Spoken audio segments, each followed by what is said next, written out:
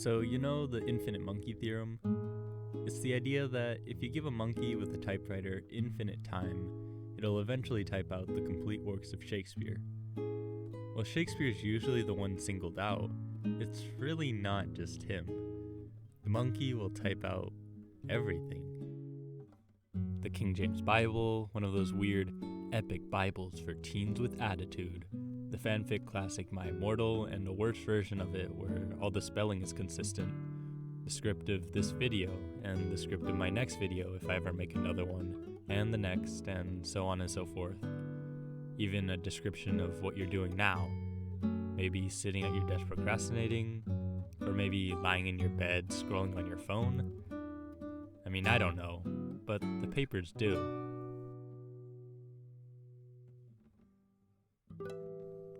Somewhere in those papers it's written what you'll do tomorrow, and the day after, and the day after that, too. Lying on your deathbed, listening to the beeps of the EKG machine grow distant and jagged, you whisper out your final words for only emptiness to hear. The monkey has recorded this last testament.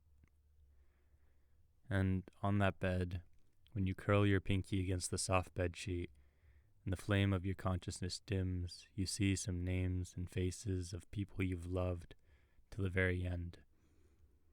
These names are written, these faces are described in clinical detail, down to the dark eyes softly sparkling. And somewhere in the records are the names and faces you've long forgotten, too. The papers remember more than you do. They remember everything. But suppose you are actually there, not on your deathbed, but in the room with the monkey, looking through the papers, looking for anything, prophecy or literature or whatever. You wouldn't find it. For every word that's spelled correctly, there's pages and pages of just nothing. For every sentence that makes grammatical sense, there are libraries worth of just gibberish. Even if you somehow find a passage which actually does show your true future, there are infinities of other passages which show false futures, indistinguishable from the truth. Maybe in the next 5 years you become an Olympic-level snowboarder, but the random paper you picked up convincingly argues you become the CEO of a company which produces edible deodorant. You would have no way of telling which one's true. And let's say you find a work of Shakespeare. Not even a full play, that's a little too long. Let's say one of his sonnets. Without the intent, without the experience of love that made him write the poem. Instead, surrounded by and emerging from heaps and heaps of meaninglessness, is it really right to read the same value and meaning into it? But let's not get ahead of ourselves. The odds that you actually find anything there are basically zero. Even if you had a whole civilization of people searching for all their lives, there's no guarantee that the monkey has actually written anything worthwhile. The probability that the monkey types out anything in its infinite time is almost certain, but not absolutely certain. Maybe the monkey just really likes the L key and has decided to only type L for the rest of time. And here we are, down at the bottom, collecting L's forever.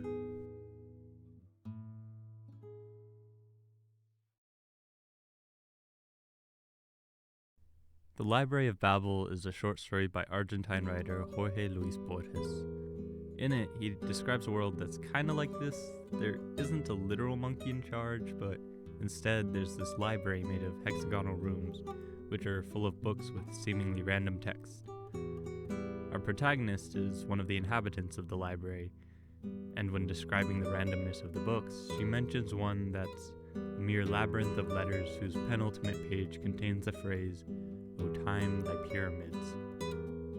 But here's the thing, she was actually talking about how rare and sought after the book is, despite that in 400 pages it contains only one half sentence that doesn't even really make sense. It's still sought out and consulted by other people. The other books in the area make even less sense. The thing about this library is that it isn't really a building so much as it is a whole universe. She actually uses the words library and universe interchangeably.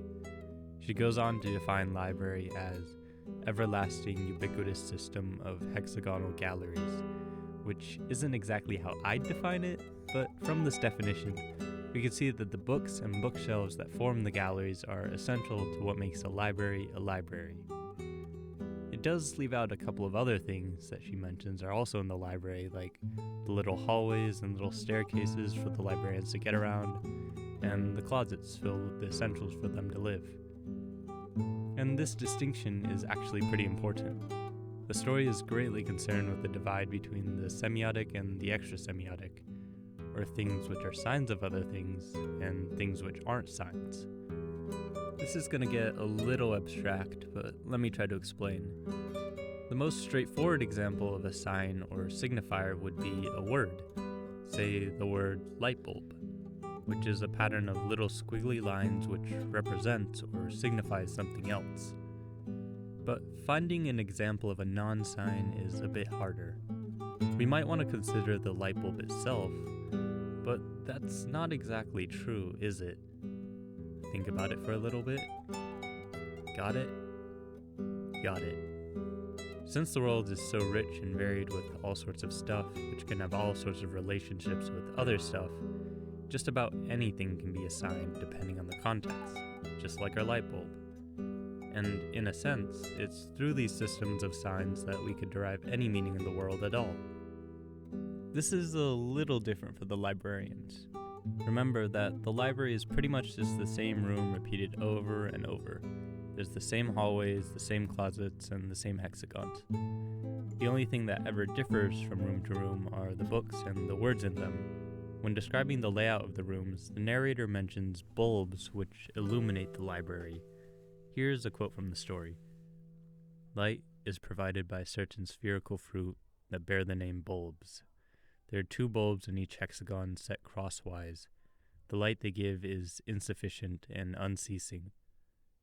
So unlike our light bulbs, these can't be turned on or off, nor can they be moved or removed. There's exactly one context they exist in, and one context only. To try to imagine them anywhere else would be meaningless and maybe even impossible. And because of this, in the text, the narrator chooses to put the word bulbs in quotes, as if to distinguish the semiotically rich word bulb from the completely meaningless physical object of the actual bulb. Since objects in the library lack the ability to be recontextualized, and therefore lack the ability to be signifiers, the only thing which are signifiers are words, and this means that the librarians have a really weird relationship with words. For example, there's this book that the narrator mentions which was discovered around 500 years ago, and was found to be written in a Samoyed Lithuanian dialect of Guarani, with inflections from classical Arabic. This is a nonsensical combination of languages, but maybe the only possible combination that would give the book meaning. Meaning in books is assumed to be a natural and objective property. Now, don't get me wrong, in the library, the books and what's printed in them are natural in the sense that they precede the librarians and are not produced by them. But written word and language is more than just weird shapes on a page, right? There also needs to be a consensus, a sort of social construct that determines what each of the symbols means. But because for the librarians, meaning can only be found in the books, it's assumed to be a natural property of the books. This is the key difference between our universe and theirs. Returning to the infinite monkey theorem, we might look at the words we find in the monkey's papers as signifiers. The words dust, flower, cold, love, mean something, but only as signs. For the librarians, it's almost like the words themselves are Platonic ideals, that language has absolute meaning. But here's where things get interesting. The narrator reveals that the library's books aren't completely random. That 500-year-old book made of an impossible combo of languages actually contains some combinatorial mathematics. This, along with some careful reading of other, much more messy books, allowed one librarian from centuries past to discover the central rules of the library. One, that every book in the library is unique, with no exact duplicates. And 2, that the library contained every possible book that could be formed by a combination of the 25 symbols which made up the alphabet, spaces, and punctuations in their world. This means that the library contained every possible book. And it's with this discovery that they entered the modern age. Okay, before we get back to the library, let's talk a little bit about the idea of modernity. And I don't mean iPhones and internet modernity, I mean capital M modernity, which is, or was, an era of ideology, art, and thought, which began around 500 years ago. Just like with the librarians, actually. This was around the time of the European Renaissance and the Age of Exploration, which, in very broad strokes, laid the groundwork for things like the Protestant Reformation, the Enlightenment, and the invention of scientific theory. Depending on who you ask, modernity either ended in the mid-20th century with the emergence of postmodernity, or is still going to this day in a sort of modified form. But this is less an explanation and more a vague timeline. So what was it that brings all these things together? Why do we consider them emblematic of the modern? Taking a romanticized view of things, you might say that underlying things like the Age of Exploration, the Protestant Reformation, and the beginning of scientific inquiry is this idea that the mysteries of the universe, whether they be geographical, theological, or scientific, could be understood through careful inquiry. Gone were the days of sea monsters lurking in the edges of maps, gone were the incomprehensible Latin sermons which taught you only that God was to be feared, gone were the cryptic and arcane forces which transfigured the universe in unknowable ways. Now, the blank spaces on maps were new paradises to be discovered.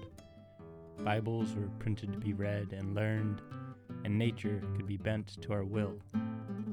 The world was fundamentally knowable.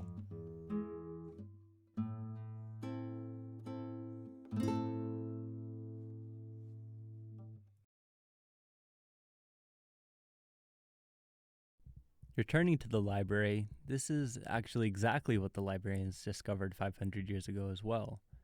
Remember that for them, language in the books and the meaning contained within it is very much reality. So the discovery that not only was the library not random, but that it without a doubt contained everything, meant that through rigorous searching of books, the absolute truths of the universe could be revealed. The world was fundamentally knowable. And so they began searching for anything, vindications of their lives, the secret structure of the library, the book that would lead to the book that would lead to the book that would lead to the book that would lead to the book that contained whatever it is they wanted to know. But nobody seemed to find anything. Some, rather than searching, tried eradication of books they deemed worthless, tossing them down ventilation shafts, hoping that one day all that would be left were the pure books. Some turned to the cult of the Bookman, a figure believed to have read a book which was a perfect cipher and compendium of all other books, and thus gained knowledge of everything. Rather than searching for books, they searched for him. But the library was very big. Some even turned to rolling dice, believing that it was more likely that they roll a series of letters which revealed the truth than it was to find one in the library. A real return to monkey of sorts. Their sect was eventually outlawed, but were they really so wrong? If we run the numbers, there are more books in the library than there are atoms in our universe, and it's not even close. So why should the librarians expect to find anything? But ultimately, it's not the size of the library that disturbs our narrator the most. In the back of her mind, there's something else she can't seem to shake. At an earlier point in the story, she mentions a group of librarians she describes as semi-barbarous, because unlike seemingly everyone else, they refuse to recognize any meaning in the books, and believe that the symbols in the books that make up written language were just chosen out of convenience as arbitrary symbols for an arbitrary language. This is essentially the central flaw in the searcher's faith that they could find any meaning in the books. Contrary to their assumptions, language and meaning in the books is not a solely natural thing. Imposed upon the natural material world of markings on pages is the technology of language, something completely artificial and to some extent arbitrary, but also completely necessary to give meaning to the natural world. Remember how earlier she defined the word library?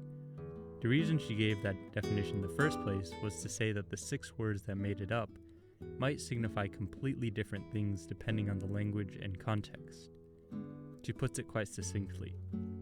You who read me, are you certain you understand my language?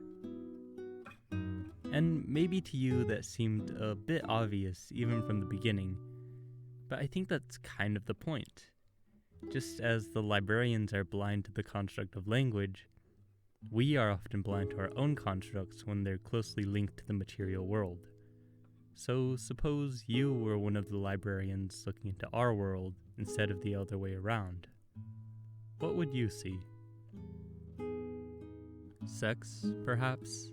No, not that sex, the other one. We all know gender is a social construct, but sex is too, actually, though it can be a bit harder to recognize as such. Like in the case of language in the library, sex takes into account material properties, usually biological ones, and categorizes and delineates them into somewhat arbitrary groups. Throughout the story, only men are ever mentioned. The narrator says things like all men of the library, in my younger days I traveled. But I don't think she means men in the same way we might. We already know she defines some words differently than we do. Necessary to the construction of gender and sex is the ability for the body to signify things, and we know that in the library, only words have the capacity to signify. She also mentions having been born at some point, which suggests people with the biological capacity to give birth exist, who are all categorized under the word man. So when she says man, she probably isn't drawing a distinction between male, female, or otherwise in either a gendered or sexed sense, but is just referring to librarians in general. So if we are to define modernity as the idea that the universe is fundamentally understandable through careful inquiry, this is essentially the postmodern. The realization that inquiry itself is built on arbitrary frameworks which make assumptions that aren't always necessarily justified. But remember, just because they're arbitrary or unjustified doesn't mean they're wrong or useless.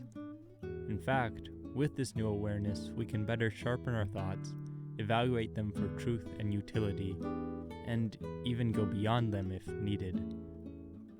And rather than embracing the meaninglessness like the semi-barbarians, this is the conclusion that the narrator comes to.